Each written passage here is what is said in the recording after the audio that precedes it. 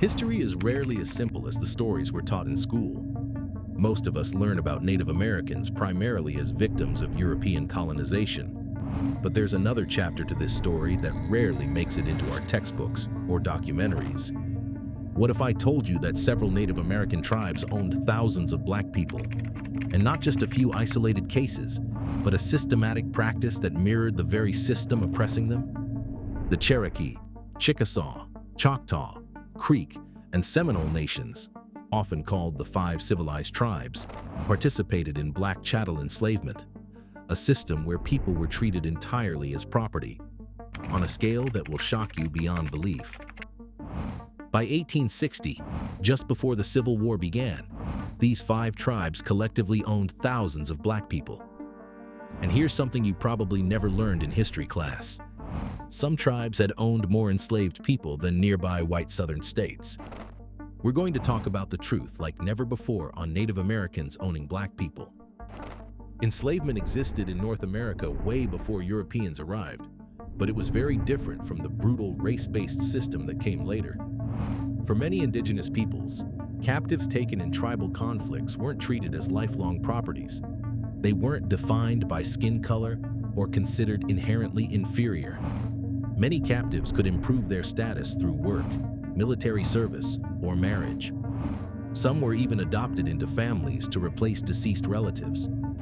But everything changed when European colonizers arrived with their concept of racial enslavement.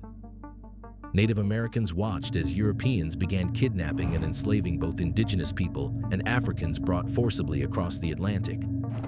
Initially, many tribes were victims of this trade themselves, with colonists in places like Carolina capturing and selling Native Americans to other colonies in the Caribbean. But here's where the story takes a darker turn. European colonizers soon realized the local Native Americans could escape too easily because they knew the terrain well, and so to rid themselves of this liability, they turned to enslaving imported Africans instead. And unfortunately, some Native American tribes, particularly those trying to adapt to European ways, began to follow their example. By the late 1700s and early 1800s, the five civilized tribes began adopting European ways, how they dressed, governed, and farmed. As they built plantation economies, they needed more labor, which increasingly came from enslaved black people. This dark and violent transformation was both terrifying and remarkable. Tribes that had traditionally lived by hunting, gathering, and small-scale farming developed plantation economies producing cotton, corn, tobacco, livestock, and poultry, not just for their own use, but to sell for profit to white Americans. By 1830, Chickasaw planters were exporting an estimated 1,000 bales of cotton picked and processed by black people. These weren't isolated cases of captivity following traditional practices. This was full participation in the system of chattel enslavement. To grasp the scale of enslavement among native tribes, consider this. By 1860, over 15% of the population of the Cherokee Nation were enslaved black people. The Choctaw enslaved 14% of their population, and the Creek held 10% of their population in captivity. These percentages rival or even exceed slaveholding rates in some white Southern states at the time, showing just how embedded the institution had become. But what's often misunderstood about this history is the distribution of ownership. Just as in white society, the majority of tribal citizens didn't own enslaved people. The system primarily benefited wealthy and politically connected families, those who had most successfully adopted aspects of European American culture and economics. These elite Native American families wielded significant influence within their nations, shaping tribal laws, constitutions, and social practices. They created a prosperous plantation economy built on forced black labor, and they stood to lose tremendous wealth if emancipation ever came to Indian territory. Under growing pressure from the U.S. government and white settlers eager to claim their land, the five civilized tribes were forcibly removed from their ancestral homelands in the Southeast during the 1830s, a forced migration known as the Trail of Tears. They didn't leave the practice behind, though. Instead, they brought their enslaved people with them to Indian territory, what we know today as Oklahoma. And this raises a profound question. If these tribes recognized the injustice of being forcibly removed from their lands, how did they justify doing something similar to thousands of black men, women, and children? If you're tired of watered-down narratives and you're ready to hear the raw, unfiltered truth about American history, especially the stories that get buried, then subscribe to our channel right now. It helps us expose what others try to erase, and you won't want to miss what's coming next. The 5 civilized tribes did more than just practice enslavement. They codified racial discrimination into their laws, constitutions, and social practices in ways that dwarfed the racist structures of white America. The Cherokees' treatment of black people stands as one of the worst examples. Their constitution explicitly refused to recognize children of black women as citizens of the nation, regardless of who their fathers might be. Even more telling was the Cherokee Act of Union in 1839, which specifically prohibited recognizing marriages between Cherokee citizens and their black enslaved people. Think about what this means. People could be born, live their entire lives, and die within Cherokee society, yet never be recognized as part of that society, simply because of their African ancestry. The Chickasaw Nation took discrimination a step further. They not only devalued black members of their society, but actively punished any Chickasaw who had relationships with black people. These punishments included public whippings, heavy fines, and sometimes even expulsion from the nation altogether. And the Choctaw Nation created another troubling double standard. Their 1840 Constitution allowed white men to receive permission to live within Choctaw territory and own land there, but freed black people or runaways? They were explicitly prohibited from settling in Choctaw territory at all. These freed black people couldn't become citizens, couldn't hold office, and had virtually no rights, all while white outsiders could gain legal protection and status. What makes this even more striking is that mixed-race children of Choctaw women and white men were considered full members who could become citizens. But the same acceptance was never extended to those with African ancestry. Surprise, surprise, who could have seen that coming? And guess what? When Christian missionaries arrived among the Choctaw, building churches and schools, they were initially welcomed. But as soon as these missionaries began preaching that enslavement contradicted Christian values, they were promptly told to leave. The Choctaw, like many white owners, actively prevented their enslaved from becoming literate. That's because they recognized that education might foster dangerous ideas about freedom and equality. The Catawba and Cherokee tribes became particularly notorious for their harsh treatment of black enslaved people, who typically worked under difficult conditions with little hope of improving their status. Unlike captives in traditional Native American practices, these enslaved people weren't being assimilated into the community. They were being deliberately kept separate and inferior. This system of legal discrimination created multiple tiers of status: tribal citizens at the top, white residents with special permission in the middle, and black people, whether enslaved or free, permanently at the bottom. Despite this harsh reality, resistance to enslavement existed within Native American nations, proving that not all tribal citizens supported these oppressive systems. Perhaps the most notable example was the Keetoowah Society, a secret organization within the Cherokee Nation dedicated to abolishing enslavement.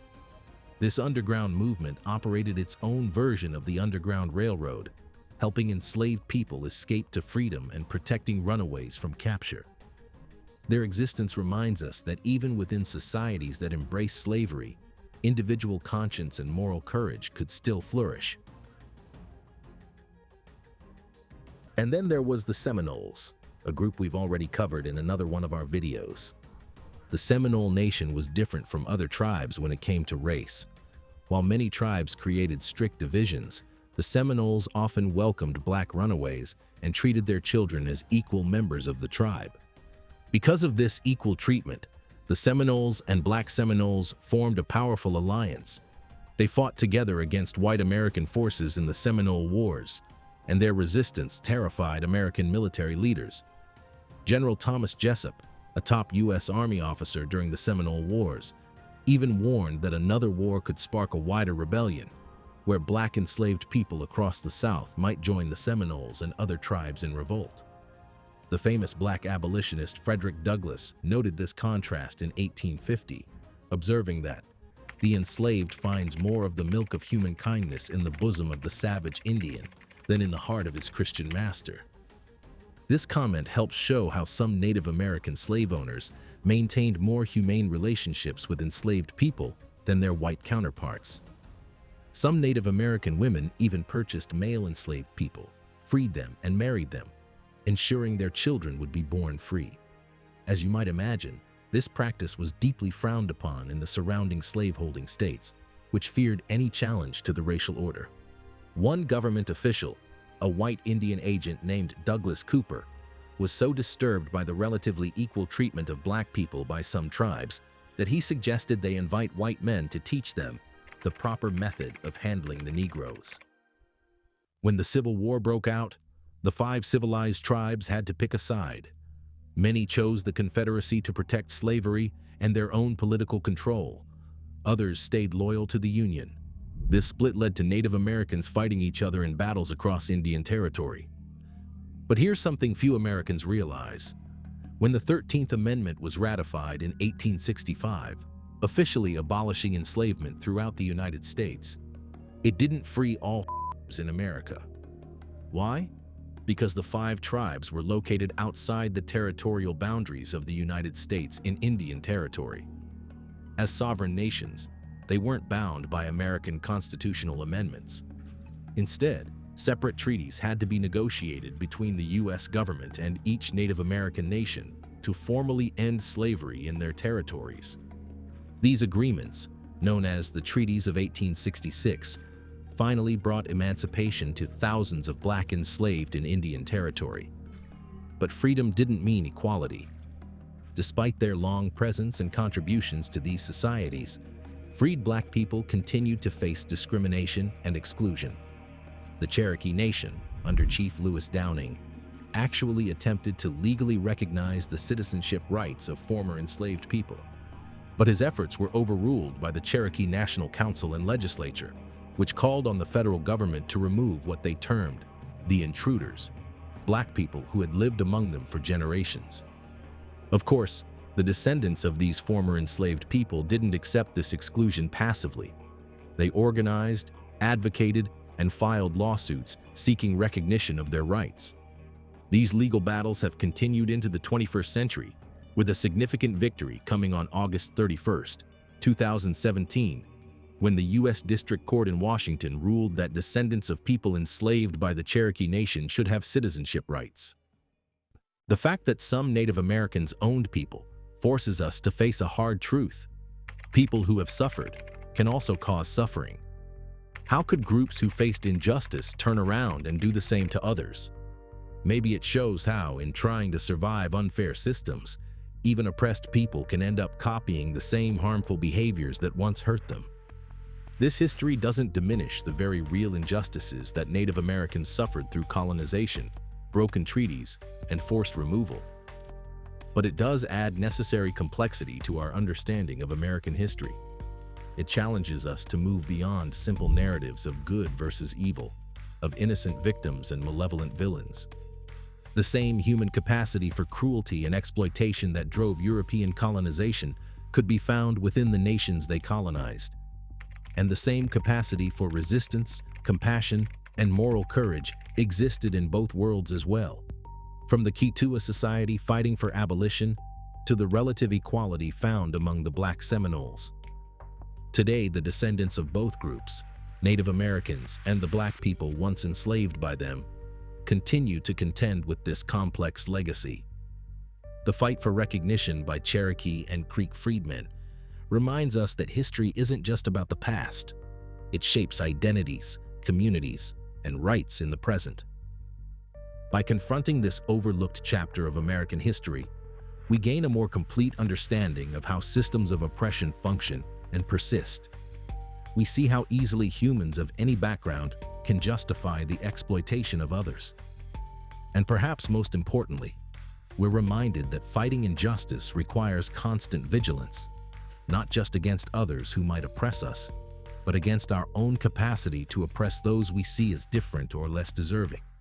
But despite the injustices, there was a time when the Native Americans and Black people stood side by side.